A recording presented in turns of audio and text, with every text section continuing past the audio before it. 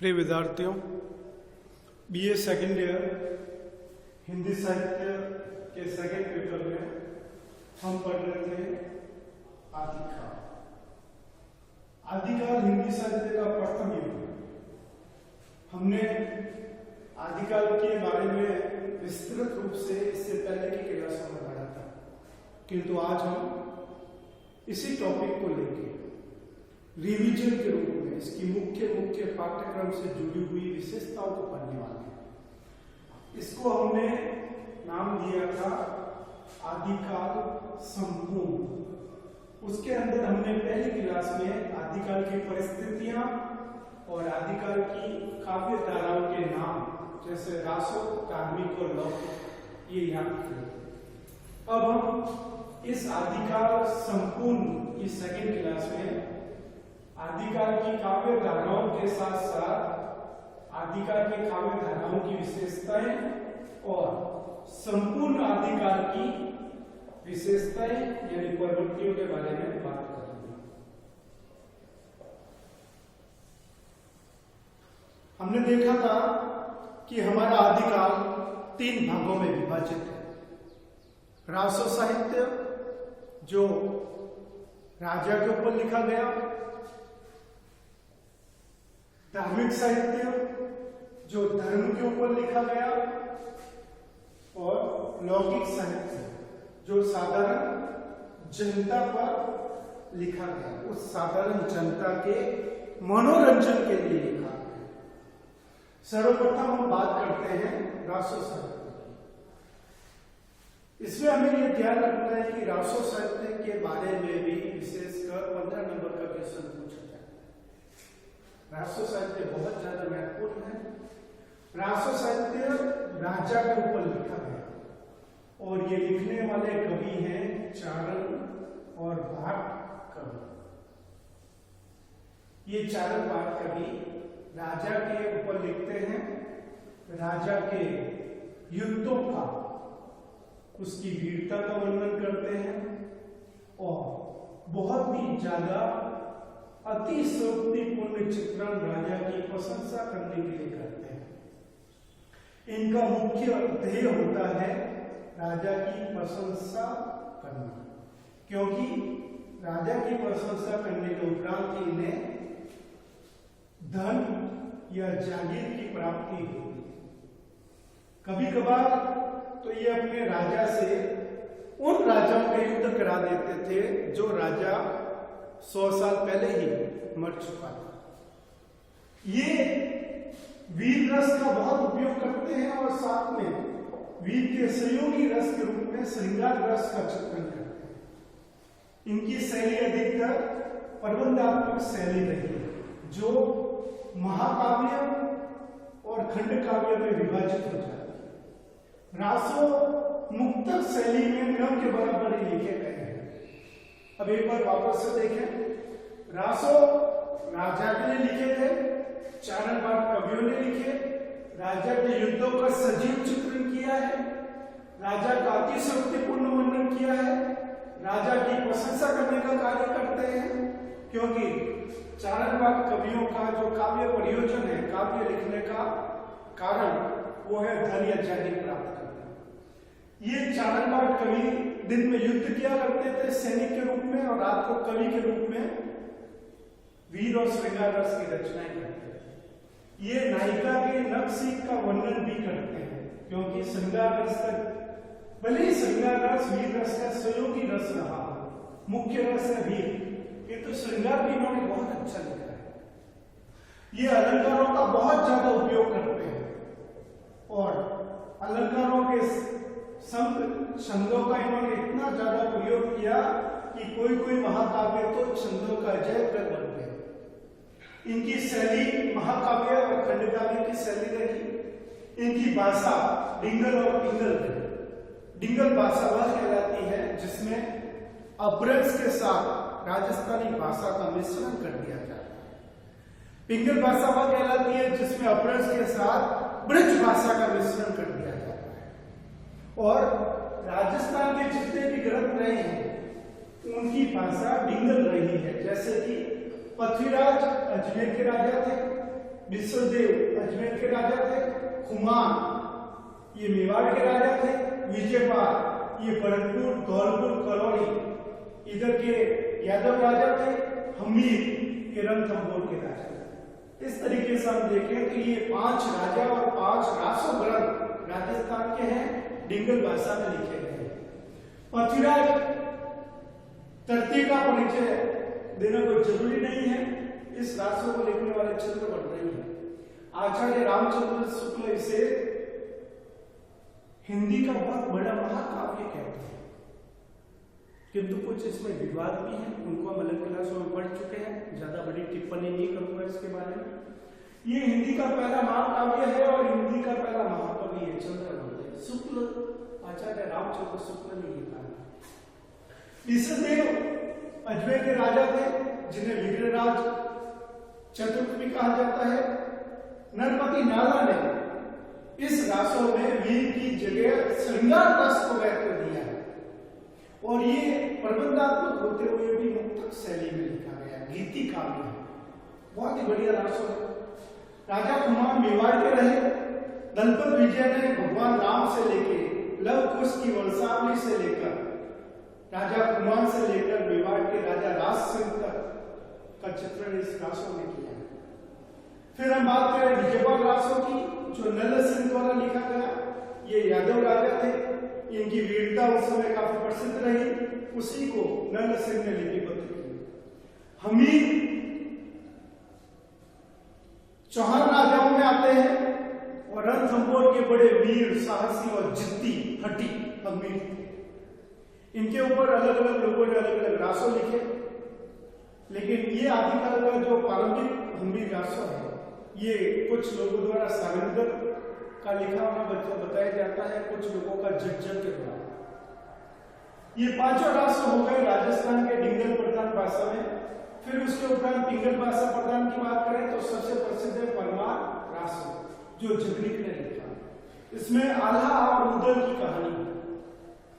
जय बहन जस चंद्रिका ये कन्नौज के राजा जयचंद के मधुकर कवि ने लिखी है। मधुकर कवि की तर्ज पर जयचंद, कन्नौज के राजा की तर्ज पर जयचंद प्रकाश लिखा गया भट्ट केदार के द्वारा। हमें ये 8 रासों और उनके रचनाकारों को बहुत बारीकी से याद करना है, क्योंकि भाग ब और भाग स के अंदर इस तरीके से क्वेश्चन पूछे जाते हैं। फिर बात करते हैं हम रासो काव्य धारा की विशेषताओं की। पहली राजा दौर के ऊपर केंद्रित है, चारणवाड़ कवियों की दूसरी। इस तरीके से जितने भी पॉइंट हैं ये रासो साहित्य की विशेषताएं हैं। फिर हम बात करते हैं बौद्ध सिद्धों की। ये संख्या में 84 रहे। ये निर्गुण ईश्वर में यकीन करते हैं और निर्गुण ईश्वर को प्राप्त करने के लिए ये योग साधना, कुंडलिनी जागरण का सहारा लेते हैं। इनमें नारी को बहिष्कृत किया गया है। ये नारी का बहिष्कार करते हैं, उसे माया का प्रतीक मानते हैं, लेकिन नारी को योग में सहायक मानकर ये योगिनी की संज्ञा भी देते हैं। इन सब के सिद्धों के नाम है सरपा, सबरपा, कनपा, लोईपा। सबके पीछे पा शब्द जुड़ा होता है। ये पा सम्मान सूचक शब्द है। इनकी जो निर्गुण आराधना है वो मन का बहिष्कार करने की है, सांसारिकता को छोड़ने की है। ये गुरु पर बल देते हैं कि गुरु के बिना ज्ञान अधूरा है। इनकी भाषा सदुकड़ी टाइप की रही, जिसमें अपभ्रंश थोड़ा ज्यादा मिलता है। इनकी शैली मुक्तक रही है, अलंकार और छंदों का ये कम प्रयोग करते हैं। और जो कि धर्म के ऊपर है, इसके लिए भक्ति रस, शांत रस इनके मुख्य रस रहे हैं। इन्होंने अधिकतर 84 जो विद्वान है उसमें सबरपा, लुईपा, गणपा और सर्वप्रथम आने वाले प्रथम बहुत प्रसिद्ध है सरपा। ये है सरपा के 2 ग्रंथ प्रसिद्ध हैं, दोहा कोश और चर्याकोश। एक में ये दोहों की रचना करते हैं, दूसरे में पदों की रचना करते हैं। इसी का विकसित रूप हमें मिलता है नाथों के अंदर।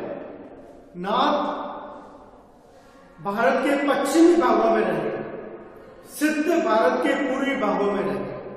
सिद्धों के प्रमुख केंद्र थे बिहार, उत्तर प्रदेश, बंगाल, उड़ीसा, असम, नेपाल। उसी तरह नाथों के मुख्य गढ़ थे राजस्थान और गुजरात। ये संख्या में 9 रहे, लेकिन सबसे प्रसिद्ध व्यक्ति इनमें रहा गोरखनाथ।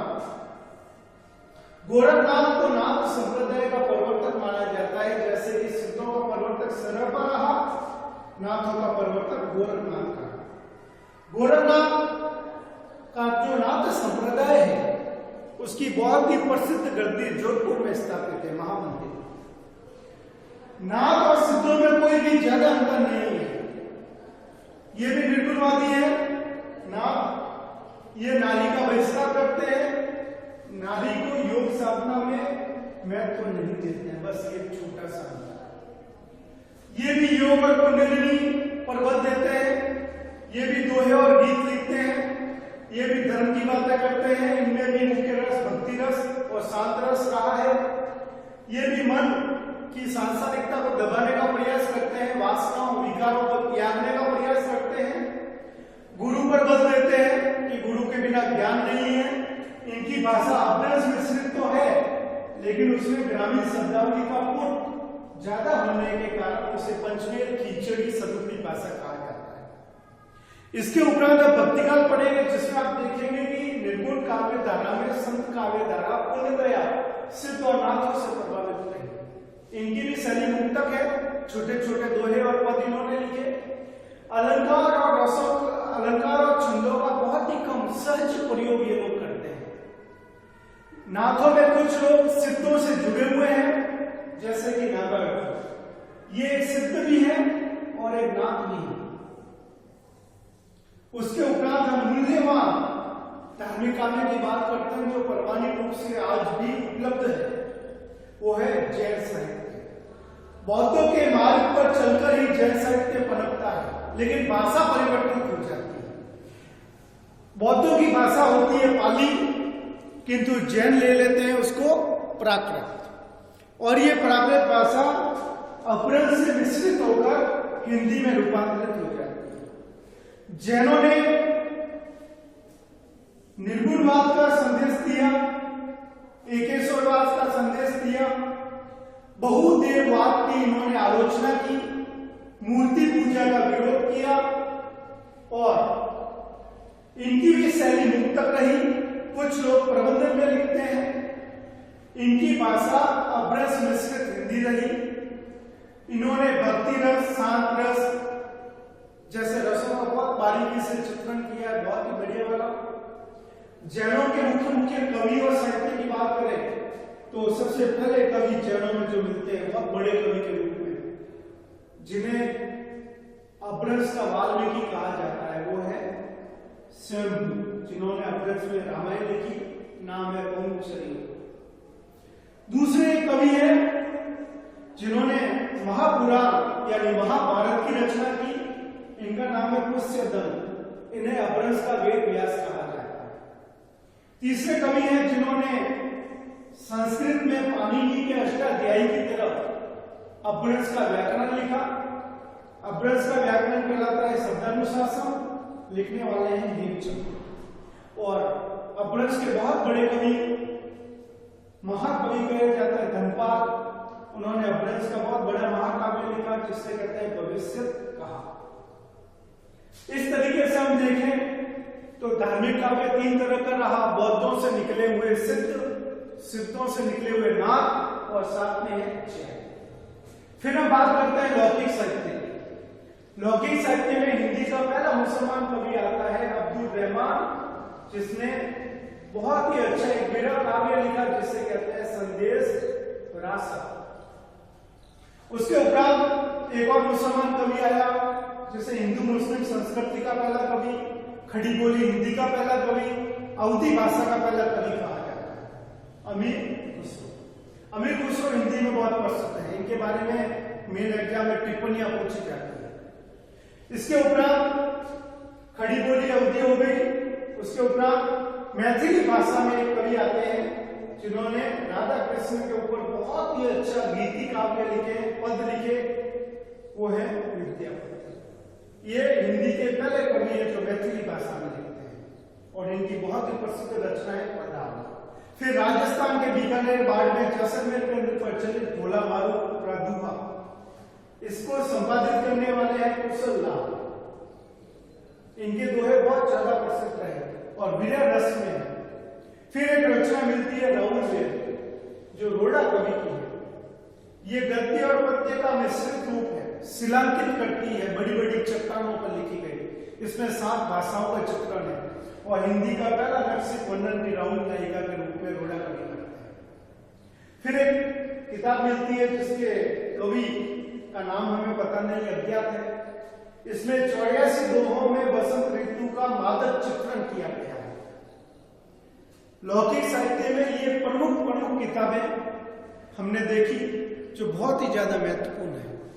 हमें इनके बारे में सामान्य जानकारी प्राप्त करनी है, कौन कौन से कवि हैं उनके बारे में टिप्पणी पूछ सकते हैं, लेकिन हम सिलेबस के मुख्य बिंदु पर आते हैं जो है आदिकाल की काव्य धाराएं। 3 है, रासो, धार्मिक और लौकिक। फिर हम तीनों काव्य धाराओं की विशेषताओं की बात करते हैं। रासों की विशेषताएं आपने देखी, धार्मिक की आपने देखी और लौकिक की जनता के मनोरंजन के लिए लिखा गया है। लोग उत्सवों का चित्रण करते हैं, हिंदू संस्कृति मुस्लिम संस्कृति का समन्वय करते हैं।